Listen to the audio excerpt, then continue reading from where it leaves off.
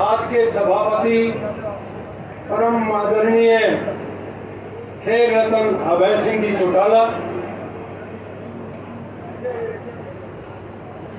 और बहुत से पुराने मेरे खेलों के साथी और इंडियन नेशनल दौड़ के वरिष्ठ नेता यहाँ पर विराजमान है। परम आदरणीय श्रीमती सुनैना चौटाला, श्रीमती सुमित्रा देवी, हरियाणा लोक दल के प्रांतीय प्रधान चौधरी नफे सिंह राठी, मेरे बड़े भाई और हमारे बहुत ही वरिष्ठ नेता श्री आर.एस. चौधरी जी, जो पूर्व में वाइस चांसलर भी रहे हैं और इंडियन नेशनल लोक दल के राष्ट्रीय महासचिव हैं। Doctor Satbir Singh Saini, Indian national लोक दल के जिला अध्यक्ष भाई रामफल कुंडू, इंडियन नेशनल लोक दल के हल्का अध्यक्ष श्री कृष्ण लाठर और अजीज श्री उमेद सिंह लोहान और हिसार से आए हिसार के अध्यक्ष भाई सतबीर सिंह जी और अनाज मंडी के जुड़ाना के पंजाबी सभा के प्रधान अजीज श्री S.K. अरोड़ा जी, मैं आप सभी का यहाँ पर पधारने पर बार बार अभिनंदन करता हूँ और आपका धन्यवाद करता हूँ कि आप यहाँ पधारे हैं। मैं आज के मुख्य अतिथि को ये बताना चाहता हूँ कि सामलो कला की एक खास बात है। एक तो ज्वाइंट पंजाब के इस इलाके में अगर कभी कोई मुख्यमंत्री आया है, 1962 में सरदार प्रताप सिंह पैरो आया और उन्होंने ये गांव के लिए हॉस्पिटल दिया था। उन्होंने इसको प्राइमरी हेल्थ सेंटर बनाया, उसी से टाइम से चला हुआ है। अब वैसे तो यहाँ बहुत वीआईपी आए हैं, मेरे नजदीकी संबंध रहे हैं, मुख्यमंत्री के साथ भी मैं रहा हूँ, लेकिन आज प्रथम बार आप लोगों से प्रार्थना भी करता हूँ, एक सार्वजनिक राजनीतिक मंच पर मैं पहली बार इस पवित्र गांव सामलो कला में अभय सिंह के स्वागत के लिए आया हूँ। आप लोग पवित्र इसलिए कह रहा हूँ खेल रत्न जी कि भगवान कृष्ण ने भी गीता के अंदर कहा था कि हे अर्जुन, ये जो 52 कोसी सीमा है ये सारे के सारे पवित्र है, यहाँ किसी और पूजा पाठ की जरूरत नहीं है।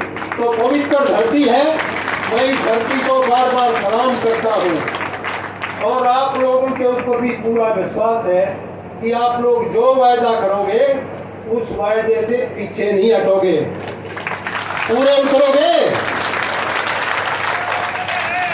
तो अभी मैं ये बताता हूँ अभय सिंह जी के साथ मैं मंच पर क्यों आया हूँ, क्योंकि जितना अभय सिंह जी को मैंने जाना है, जो राधे स्वामी सैनी जी ने बातें कही अपनी कविता की मार्फत, वो सारे की सारी सच हैं। दूसरा, नाम अभय है तो काम भी इससे भी सुंदर है। पहली बात, जो वायदा करता है वो पूरा करता है।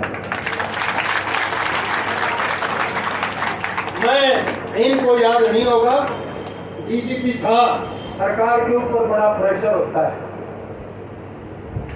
तो चौटाला साहब का तो क्या कहना था, मैंने कहा जी वो मेरे गांव का तो कोई हुआ नहीं भर्ती, तो अभय सिंह ने कहा कि मलिक साहब आप जाइए, आइंदा से कभी ऐसा नहीं होगा। तो सामरों की भर्ती की जड़ी लगी कि नहीं लगी? इन्होंने चौधरी ओम प्रकाश चौटाला ने, चौधरी देवीलाल ने मुझे भरपूर छूट दे रखी थी।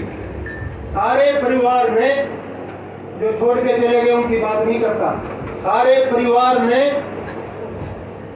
मेरे को हमेशा, हालांकि मैं कभी राजनीतिक नहीं रहा, लेकिन कैबिनेट मंत्री से ज्यादा इज्जत दी है।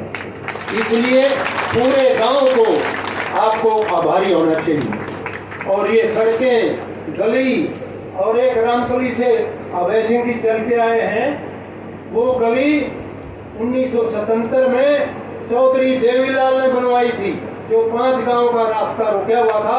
सीधा रामकली से लेके आके जिंग रोड में, आप जिंग रोड में पहुंच जाते थे। बाढ़ हो चाहे कुछ हो, लेकिन ये रास्ता नहीं रुकता। तो मैं केवल इस बात का इनकी तरफ से यकीन दिलाता हूं, अगर आप इनको मौका दोगे, सामलो और आसपास के गांव विकास में कभी पीछे नहीं रहेंगे, मेरा वायदा है। मेरे ऊपर विश्वास है तो आप वायदा करके जाओ, और नहीं तो फिर मत कहना ओहो जी गलती होगी, चश्मा का बटन दिखा बोल, अभी से अपने आई के ऑपरेशन करा लो। अगर सामलो गांव जहां चलता है तो वही सरकार बनाता है, ये भी मेरा तजुर्बा है। तो सरकार बनाओ और सारे तुम्हारे वारे नारे पूरे करो। आप हौसले देखो पदयात्रियों के। अभय सिंह जी हमेशा, बाकी तो चौका मारते हैं, ये हमेशा अट्ठा मारते हैं। मैं कहता हूं जो इनको जिम्मेवारी दी गई, हरियाणा ओलंपिक एसोसिएशन ने इनको खेल की जिम्मेवारी दी, सरकार का आशीर्वाद था। 2002 के अंदर पहली बार भारतवर्ष ने बॉक्सिंग के अंदर 6 मेडल जीते थे। एशियन गेम्स के अंदर बॉक्सिंग का नाम नहीं था, और ये बॉक्सिंग की इस तरह से क्वायद करते थे, इस तरह से उसकी तारीफ करते थे कि जैसे आप लामनी करने जाते हो, गांव में बॉक्सिंग का जो बोर्ड होता है, तख्त होता है, वो लेके पहुंच जाते थे और बॉक्सिंग का एक जुनून बना दिया। और वॉलीबॉल की भर्ती की तो उन्होंने मुझे कहा मलिक साहब कोई 6 फुट से कम नहीं होना चाहिए। भर्ती समाप्त होते उनको खेलने के लिए भेजा था, और पूरे एशियन गेम्स में उन्होंने गोल्ड मेडल प्राप्त किया। और जो इसीलिए इनको खेल रत्न का खिताब मिला था। सारे गांव में, सारे डिपार्टमेंट्स में खेलों की टीम तैयार कर दी थी, और मुख्यमंत्री को कह के उन दोनों भी, चौधरी देवीलाल को भी, चौधरी ओम प्रकाश चौटाला को भी, खिलाड़ियों के लिए न केवल 3% रिजर्वेशन कराई, न केवल 3% रिजर्वेशन कराई, बल्कि पूरा बैकलॉग जो खिलाड़ियों का 10 साल पुराना वो भी किया। चौधरी देवीलाल और चौधरी ओम प्रकाश चौटाला के टाइम में केवल एकमात्र ऐसी सरकार थी जिसने सभी बिरादरियों का, दलित वर्ग का भी पिछला 10 साल का पूरा कोटा किया, खिलाड़ी वर्ग का, भूतपूर्व सैनिकों का, सबने पूर्व अलग अलग भर्ती की। आज कदे हुई हो तो बताओ, कोई भर्ती हुई है? कोई भर्ती हुई तो बताओ। आगे भी करवाओगे तो श्री अभय सिंह चौटाला करवाओगा, और कोई करवाओगा नहीं। भर्ती की तो बात छोड़ो, आपकी लड़कियां 2 महीने तक 3 मूर्ति के ऊपर बिलखती रही कि नहीं रही? उनके साथ कितना अत्याचार हुआ, हमें भी वहां बैठे बैठे रोना आता था। लेकिन अभय सिंह जी वहां गए, करण चौटाला वहां गए और कहा कि हम आपके साथ हैं। 9 महीने तक किसान बैठे रहे, तुम रोते रहे, बिलखते रहे। इस हिंदुस्तान में 4872 MLA MP हैं। कोई आपके आंसू पूछने आया? आंसू नकली पूछने तो बहुत आए होंगे। क्या कोई ऐसा माई का लाल था किसने इस्तीफा दिया? मैं बताता हूँ, वो चौधरी अभय सिंह चौटाला था, जिन्होंने एकमात्र पूरे भारतवर्ष में इस्तीफा दिया। इन्होंने कहा था कि मैं इस्तीफा दे दूंगा अगर 27 तारीख तक ये सरकार ने डिमांड नहीं मानी तो। इस्तीफा दिया, बाकी कोई नजदीक नहीं आया। मैं केवल दिया, और उसके बाद चैलेंज के साथ बाई इलेक्शन हुआ, सरकार ने पूरा जोर लगा लिया। सारी पार्टियां एक तरफ थी, केवल अभय चौटाला एक तरफ था, और इसीलिए उनको अभय कहते हैं। ये आज तक, तुम्हारा तो सौभाग्य है यहाँ जाए हैं, आज तक कोई इलेक्शन नहीं आ रहे, कोई विधानसभा का इलेक्शन नहीं आया आज तक कोई लोकल बॉडीज का इलेक्शन नहीं आ रहे, चेयरमैन भी रहे हैं। तो इस बार आप आशीर्वाद दोगे तो आपकी मन की चाहिए हमारे मन की हो जाएगी, आपके भी 90% लोगों मन में ये है ना, अभय चौटाला का मौका दोगे काम करने का, इसलिए हाथ नहीं उठा रहे, पूरा मौका देना। और मुझे भी आप ज्योतिषी मान लेना, मैं ये आपको तुम्हारे वो कहानी सुना के फिर मैं अपना आपसे निवेदन है, खाना सबका है और सारे गाँव वालों को बुला लेना, सबका खाना है, लेकिन खाना जब अभय सिंह जी चौटाला अपना प्रवचन दे दे और धन्यवाद प्रस्ताव सरपंच की तरफ, उससे पहले यहाँ से उठना है, तब मैं मानूंगा। और अभय सिंह की बात सोचेंगे भाई ये महेंद्र मलिक नरा पुलिस वाला नहीं है, गांव वाले इसके साथ है कि नहीं है? हाँ, तो जींद की भविष्यवाणी भी पक्की होती है। जींद का राजा था, सुन रखा है? जींद का राजा की कहानी सुनी है? जैसे तारा मियां बीबी का बहुत प्यार है, वो जींद का राजा रानी का बहुत प्यार था। तो दोनों एक दिन बुजुर्ग हो गए थे, कहने लगे कि भाई अच्छा ये बताओ पहले कौन मरेगा? तो रानी ने कहा मैं मरूंगी, क्योंकि औरत को सदा सुहागन जाना चाहिए। दोनों का प्यार बहुत था। राजा बोला मैं पहले जाऊंगा। तो बोला क्यों कर फैसला हो? तो पंडित बुलाया, पंडित जी ने गर्दन मारी, बड़े क्योंकि शर्त राजा ने ऐसी लगा दी, भाई सुन ले पंडित जी, जब तुमने साक्षी बता दी तो तेरा घर सोने से भर दूंगा, और तेरी बात झूठ निकल गई तो चुपची तुझसे ना फांसी तोड़ दूंगा। तो बड़े जी बोलने एक मेरे भी सदाकती उठ पटांग। बोला पंडित जी नींद नहीं आई, वो भी जो कुछ सीखे था। मतलब क्या नींद आई? राजा ने ऐसा सवाल पूछा। बोला क्या पूछा? उसने सवाल रिपीट किया। सवाल रिपीट करा तो बोले ये जवाब तो मैं बता दूंगा।